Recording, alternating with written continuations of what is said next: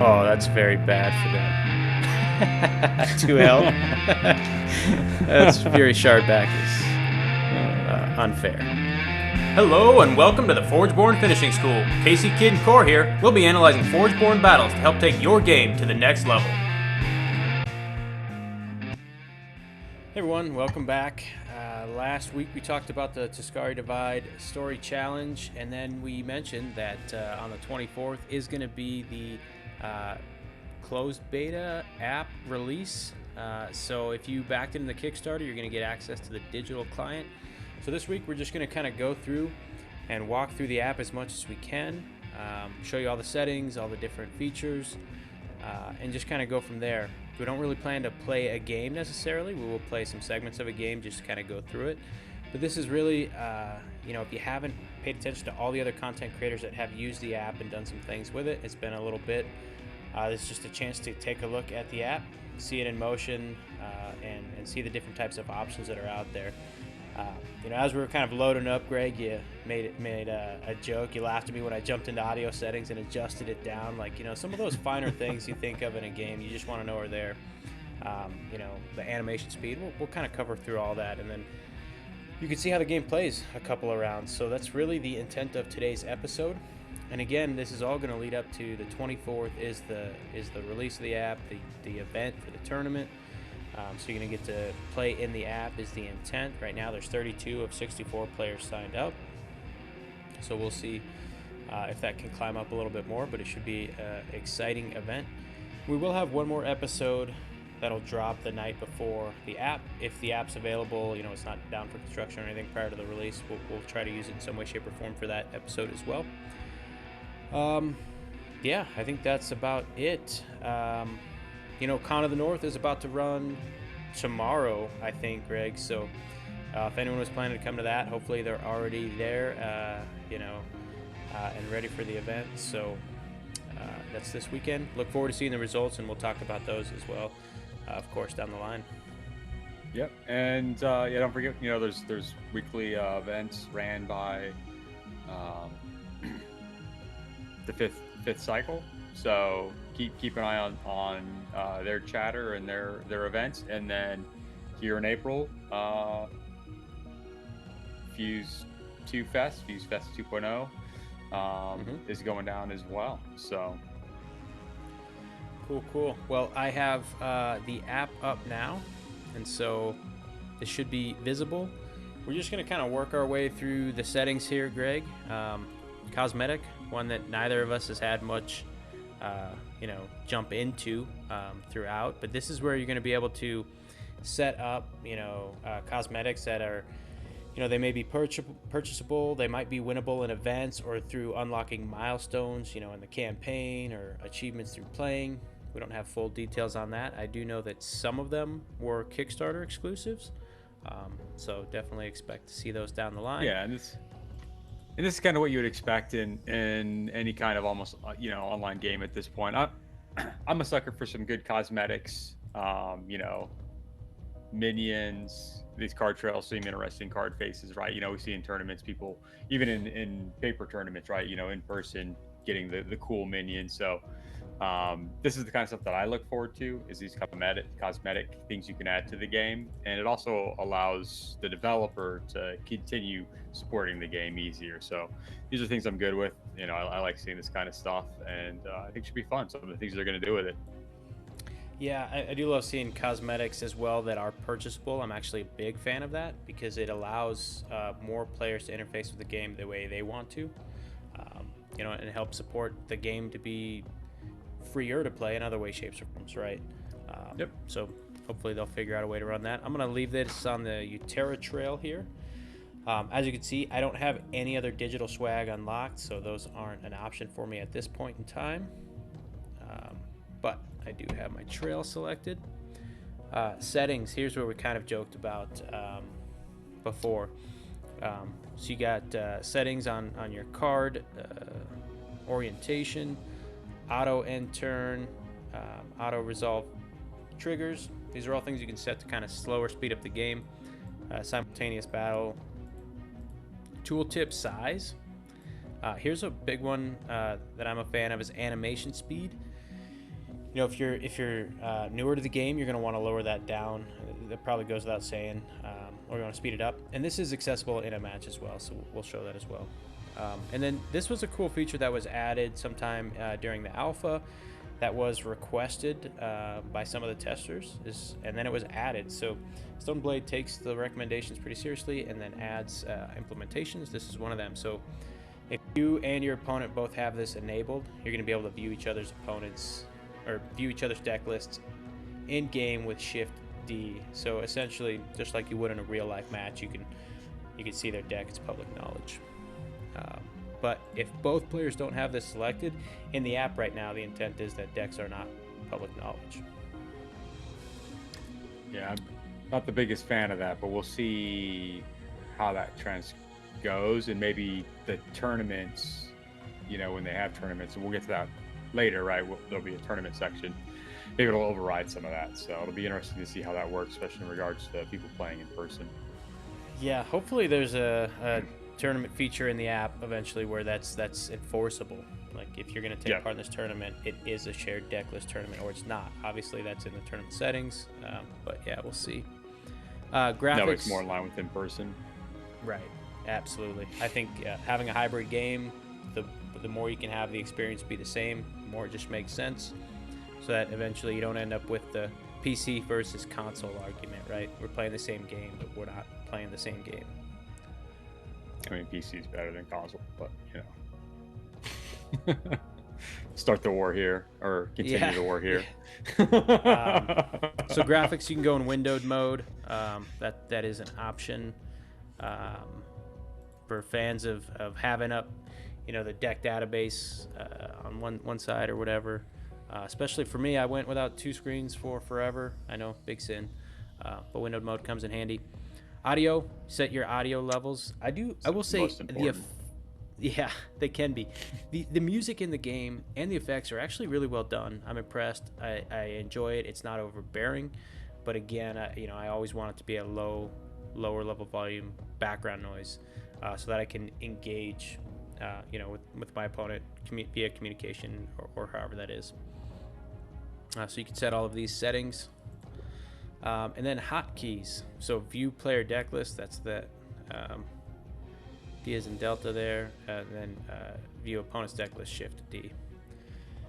Here's a couple of others. All of these are actually, in my opinion, fairly easy to access on the screen, other than the speed up animations. That's the one that I really like.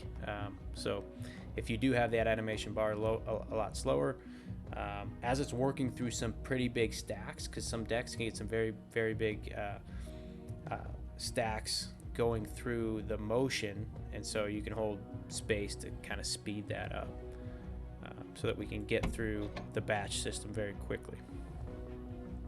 Those are our settings there. Social. So basically this is just a way to link into the Discord server, the websites, and then the different content for Stoneblade specifically. And then collection. So you can see here my fused decks.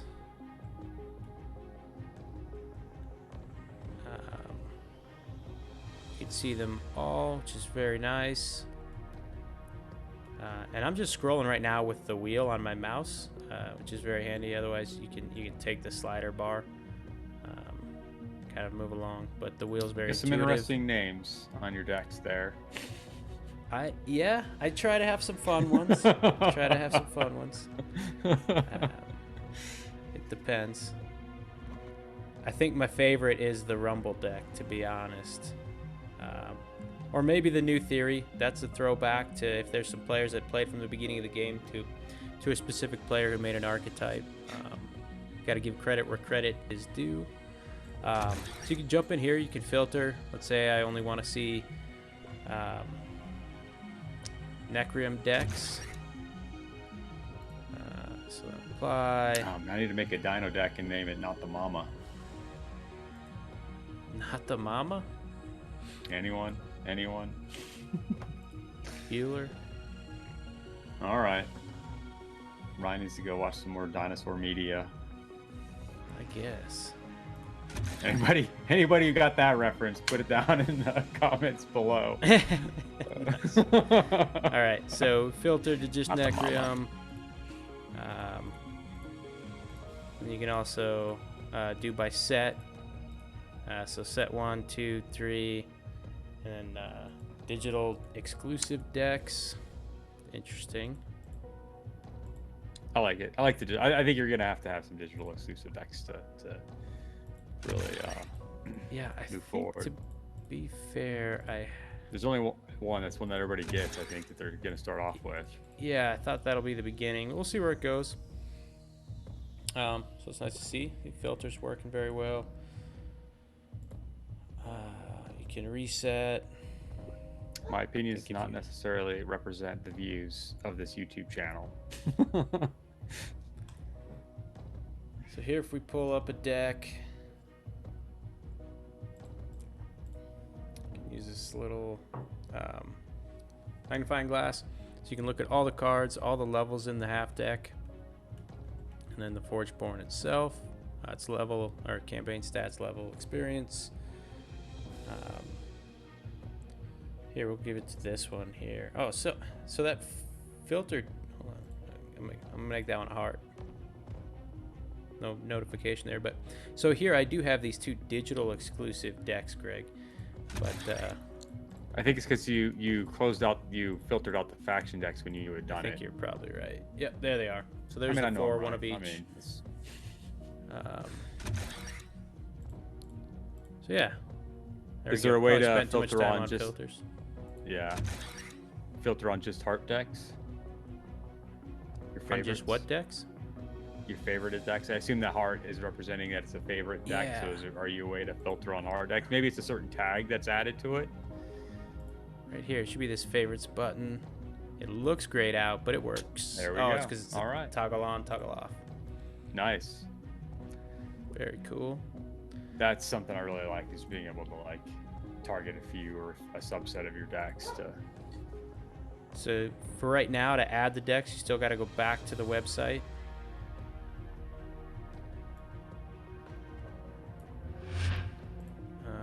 All right, so there we go.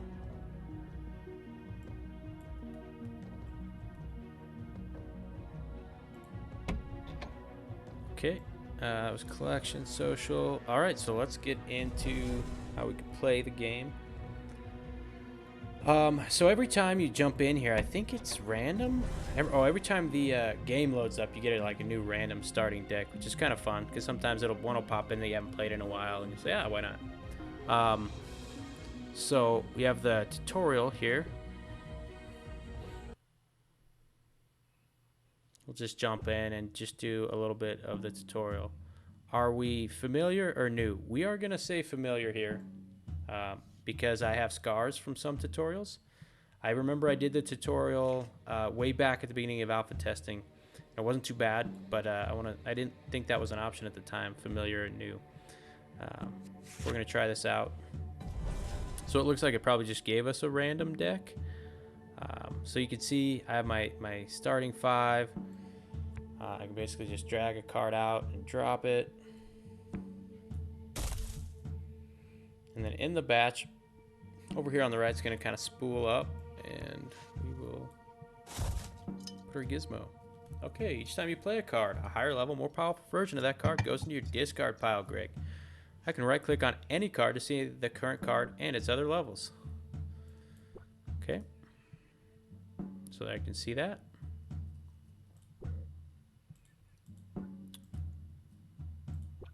A lot of nice tool tips. And then at the end of my turn, I would hit done and go on through the next stage of the tutorial. We're going to jump out of here and we'll go through all the buttons outside of this match here. I think we'll probably do it in a campaign.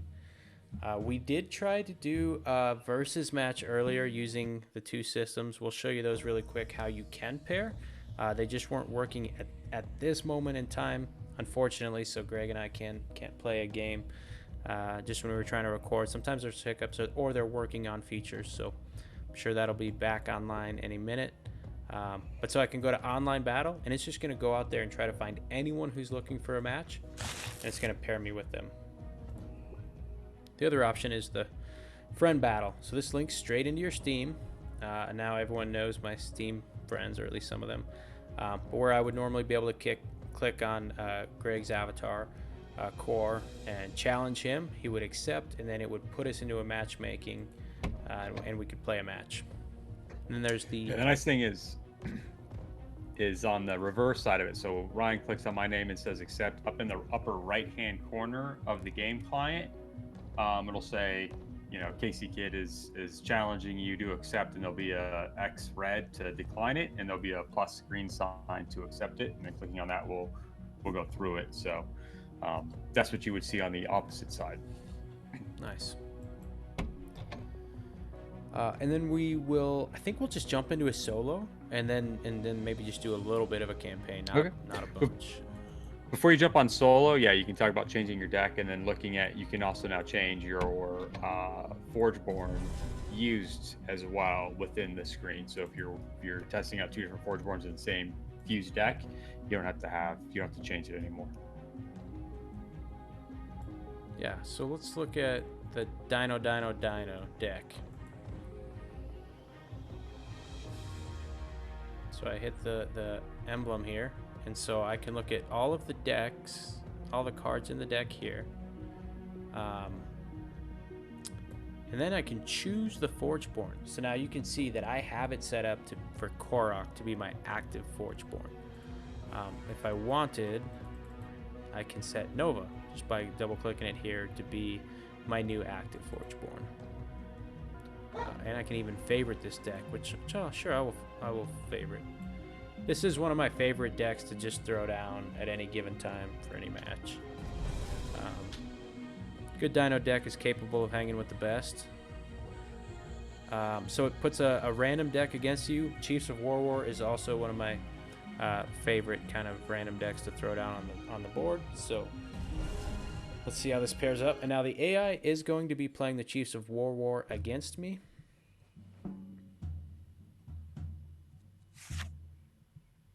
I think this is probably a pretty bad matchup for the Chiefs of War deck, because it likes to get some creatures on the board and then slowly start making those very, very big. But this is also a pretty nasty pairing to start. Nice combo. And I also like to point out, like, again, so people that are new to this, getting ready for the tournament on the 24th, what's nice is in the center left of the screen, you're going to see the up and down arrows determining whose turn it is and what part of the turn is it, first or second turn, and then also it's giving you the cycle one, right? And then just to the right of that, you have the turn of the cycle. So we're in turn 1, so it has 1 there to move up to 2 and 3. So I really like their symbology and how they are showing that in this game. I think it works really well. Yeah, very nice and concise. Yep. And then to kind of walk through that down here as well, so you can see here with this red down arrow on a card discard pile, I can look at the cards that are in my discard pile. I see my level 2 Thundersword there. And then my banish pile, I have nothing in there as of this moment.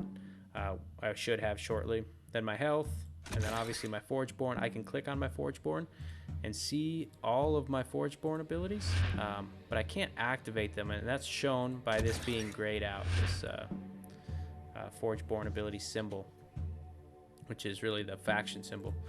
And I can see the same for my opponent with the symbols over there, and look through Sunder's abilities. Yep. And then of course the who's on Forge is get on the left side, it easily shows, which is nice. You can quickly see by the light up of the Forge whose Forge it is.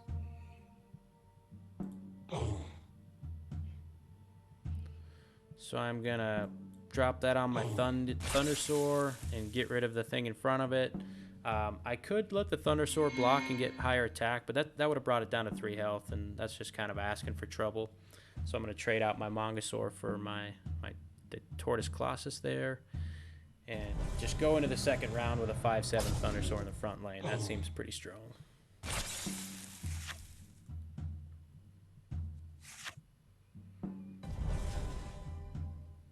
Okay. So I do want to level up that batter high, of course. It was tough play there.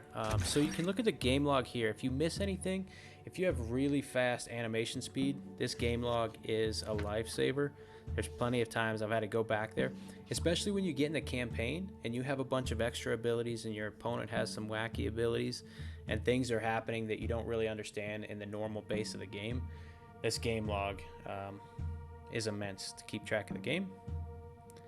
And this bug report is very useful. This is our #1 communication tool to the developers when you're testing the alpha client. It's going to be the same thing with the beta. So anytime a bug happens in the game, you enter at a title. Let's say Thundersoar didn't gain attack. And then I could say, if in the strange scenario, Mangasaur's deploy ability did not trigger Thundersoar's attack gain ability, right? Try to give as much detail as you can. Hit submit. It's going to go straight to them, and they look at those and make adjustments very rapidly. And then I'll pull up settings here. We've went through almost all of this, so I'm not going to go into that much of it other than the rule book. You can pull up the rule book and go through a lot of things that can help you out here if you're having some issues with an opponent. The one thing I don't know if we've received how it's going to work for tournaments if a TO can jump into a game, but the rule book's here, and then we'll have voice comms in some way, shape, or form as well. So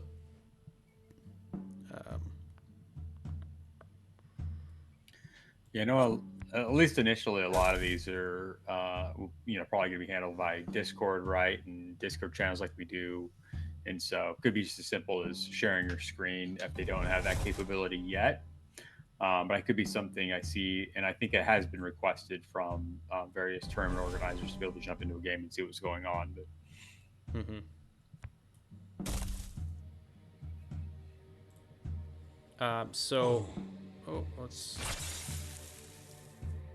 So as you can see, I should have slowed down there. It's a bad habit, but we'll show another feature of the game here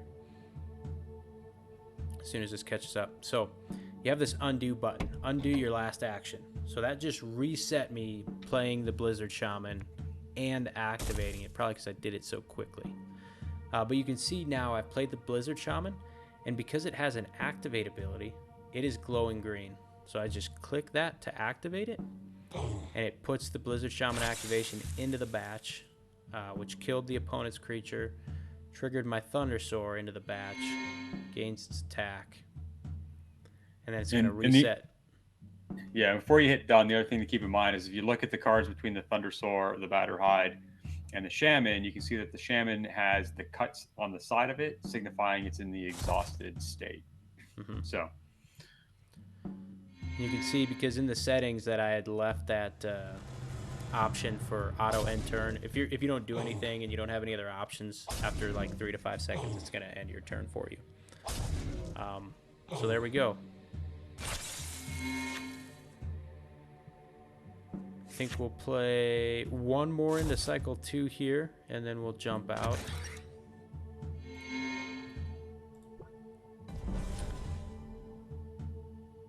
Okay. He's on Forge, so I'm just gonna play that Stout Glider there. Kind of a nasty trick with the Steadfast Rex. Let the glider get bigger by being in an unopposed lane, and then opt to slam it forward. So then I'll activate, be aggressive, and go into combat. Save the Everflame.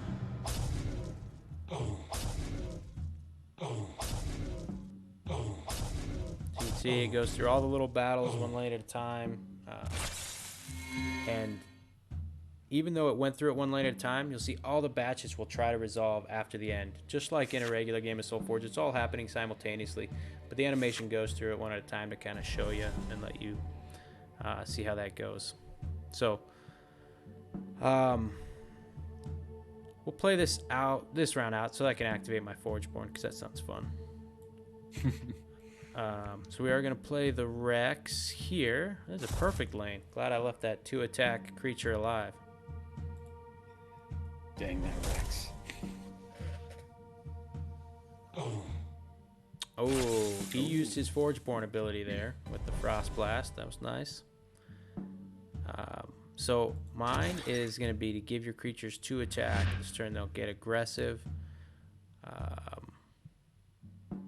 As much as I want to play that Thundersoar, I think I probably still will, actually. Yeah. Seems fine. So what we're going to do is, because this is going to give... So I'm going to choose the Thundersoar. Activate off the Rex's ability to battle the Hindermine. Get me 2-attack. And then we're going to activate our Forgeborn ability. So now it's glowing, it's ready. And then we'll select Lightning Speed, which will conveniently get my Thundersoar up just high enough. And we'll see if he has a response. Ooh, he's going for aggression. I like that move on the... It's a good play. On the Phoenix. That's a very good play. He can always jump in there next turn if he needs back to, if he needs to. Yeah, it's good. Yep. Yep. So there it is. Oh, the Mongo. Mongosaur.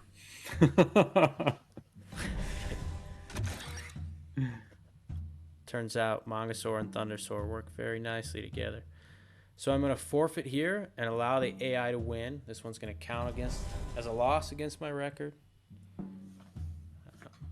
which I don't think's actually kept track of for the moment.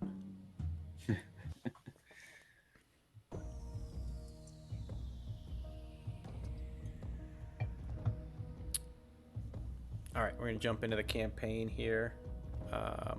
Let's change the deck off. Dino.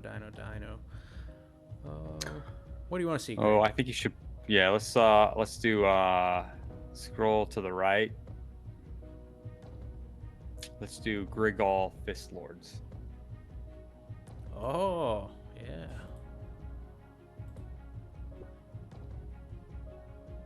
yeah. Okay, so you can. We only have one campaign currently available, which is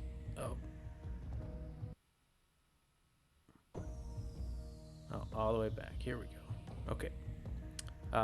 Because I think I'd started a campaign before. Normally, give you the option to choose, but this is the only one we have available. So here you go. You get a start. Down here on the left in your campaign, you can look at your deck, and then eventually we're going to see that there'll be some upgrades there. So we get to choose Arisfail's Contract. You start each game with minus 30 health. That sounds exciting already. Your creatures get +2/+2 when they come into play.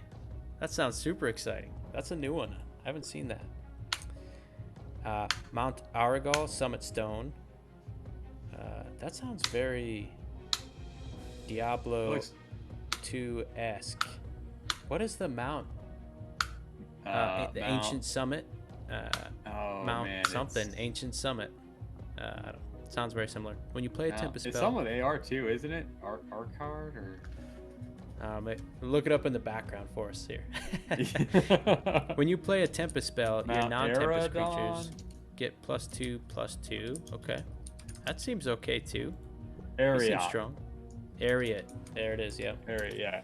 ARRAET. Maybe a little Easter egg. Your 2 Forgeborn ability becomes play a mage for free. Oof. Wow.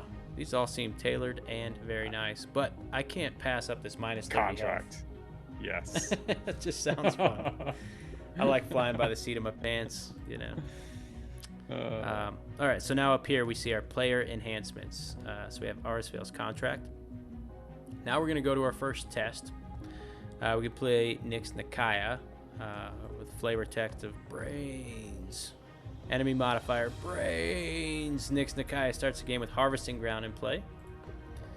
Korok, he's smashing. Demolition Man is his modifier. Korok will destroy an enemy creature with decreased health at the end of each deck cycle. So that's not even a detriment. As long as you win in the first cycle, what does it matter, right, Greg? Too easy. Yeah. Crux Cobalt assimilates all when will Cull the Feeble. Crux destroys your creature with the lowest attack at the end of each deck cycle. What do you want to see, Greg? I see what this Harvesting Ground is. Yeah, let's go with the brains. Okay. I think that's General Zrat's. Is that General Zrat's? Soulbind? Could be interesting there. I'll watch this knock down to 20 health. So your creatures in the lane are also zombies. One of them comes into play. Trigger a counter. Okay, alright. Ooh, spicy. It's already cooking.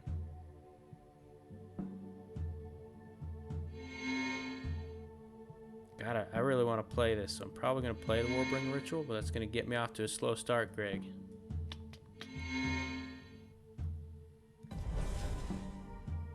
Or do I?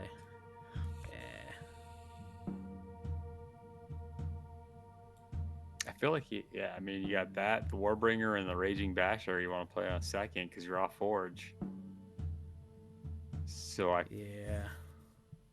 feel like you got to play the Lightning Tamer just to block two guys.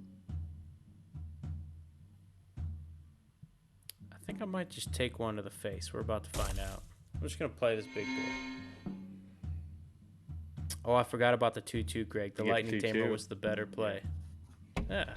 Got this mighty, handy undo button. Psych.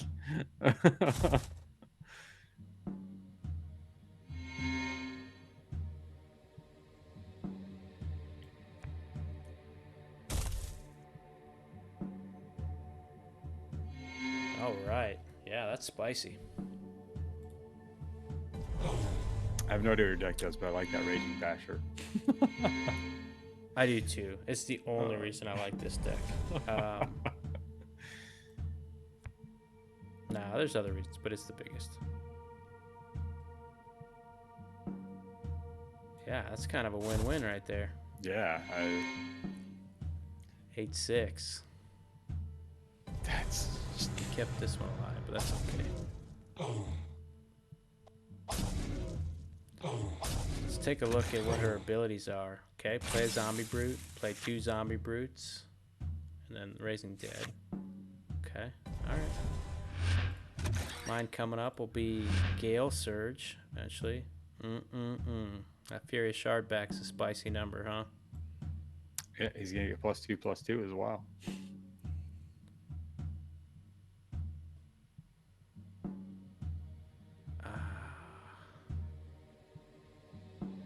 It's unfortunate that these two,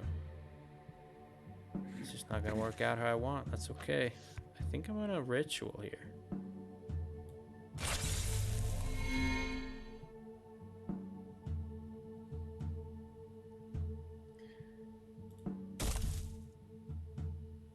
Because that's going to give me 2 5/5s and level it up, which it's already a nasty card at level 2.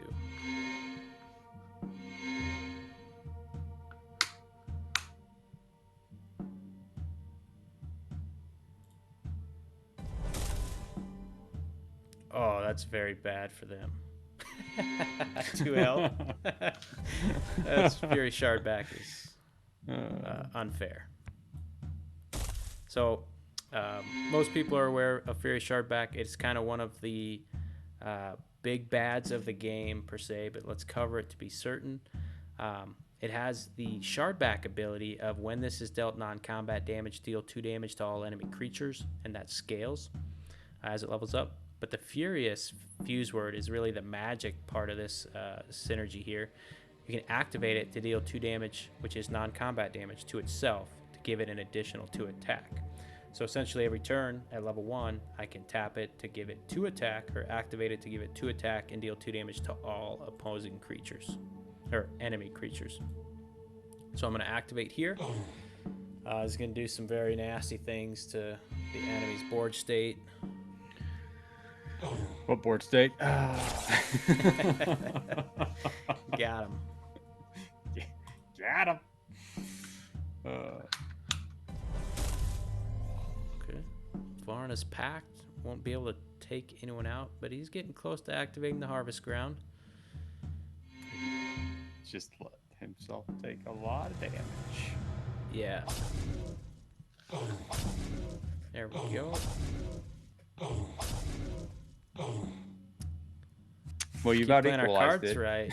We might not make it to cycle 2. I was joking before, but hey. So I think I have to do this.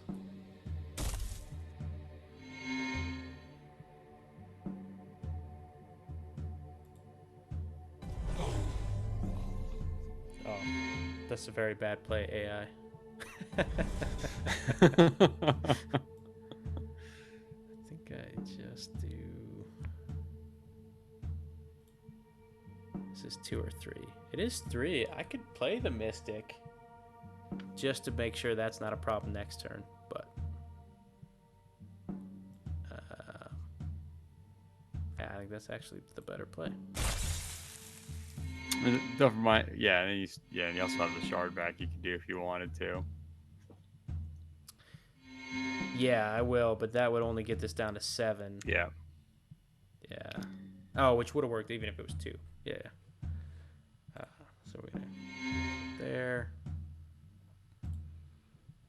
We're gonna activate the shard back. Why not? Just to do 2 more damage. You do 4 more. Could do 4 more damage because you have breakthrough on the Mystic now too. Plus 2 damage from the shard back if they don't block. Which they can't because you're off Forge. Yeah, it's a spicy Mystic. 1 health. Down 1 health. I should have just put the Mystics +3 on the Basher. What was I thinking, Greg? I failed. We just wanted 1 more turn. Thunder Crash Field onto the Furious Shard back. Game over. I was gonna do the Mystical Teacher and replace with a Warbringer, but you're smarter than me. That will matter. Reactivate. I don't want to do that. Forgeborn for the win.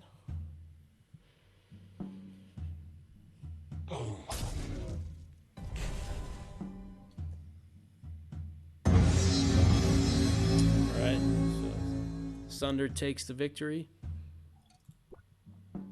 You can see I get XP awards for Aggressor, Quick Match, each combat encounter that I took part in, and then just kind of keep some stats for you so you can keep track of those throughout the game. Hopefully they will eventually compile lifetime stats on decks, which would be really kind of cool to see.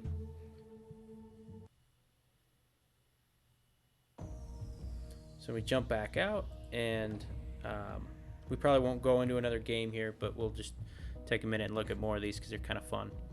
Chorus Stone of the Scaled Ones. Your dinosaurs get 2/2. That's great.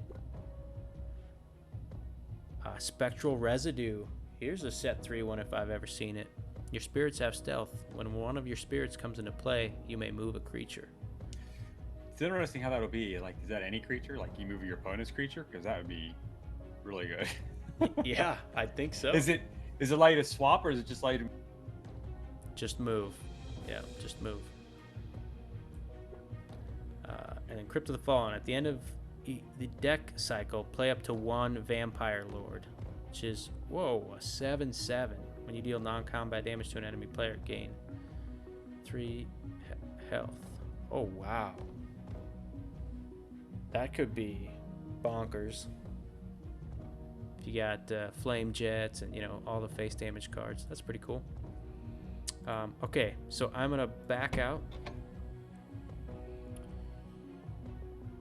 And that was just kind of our initial overview of the app. Like I said, there's a lot of good content out there, everyone, that all the other content creators have done. I think Weekend's done, Nathis is done. There's a couple more I'm drawing a blank, but Newt, I think Cardboard Newt has done a little bit. So go check that stuff out. You know, we typically have their links in some of our videos, or we've had them on. If you haven't checked out theirs, they've done a lot of stuff with the app, and we really haven't, but this has just been kind of an initial overview. This is really, I think, the first time we've pulled the app up on the channel, Greg. Maybe once before for a short period. Just really want to reiterate that there's a lot of good stuff out there from the other content creators for Solforge Fusion. We're just getting into it now because it's getting released to everybody, and we want to kind of help make sure you're ready for the 24th when it comes, or even if it's just playing with your friends with the new app, you kind of have an understanding how to jump into it, where to go, how it all works. If there's we're gonna have one more shot next week. Hopefully the battle is working. Greg and I will play a full match in here, and that'll drop the night before the app or the tournament. So if there's anything you really want to see, please drop that in the video, or, you know, in the comments below. You know, if you want to see how a certain interaction works or a certain deck archetype works, and we're not married to playing any certain type of deck, so if there's some things you want to see, you guys just let us know in the comments. So I think that's about all I've got. Greg, you got anything? Bye. Thanks for attending this lesson of the Forgeborn Finishing School. If you like this video, please subscribe, comment, or consider donating to our Patreon account. We look forward to our next lesson.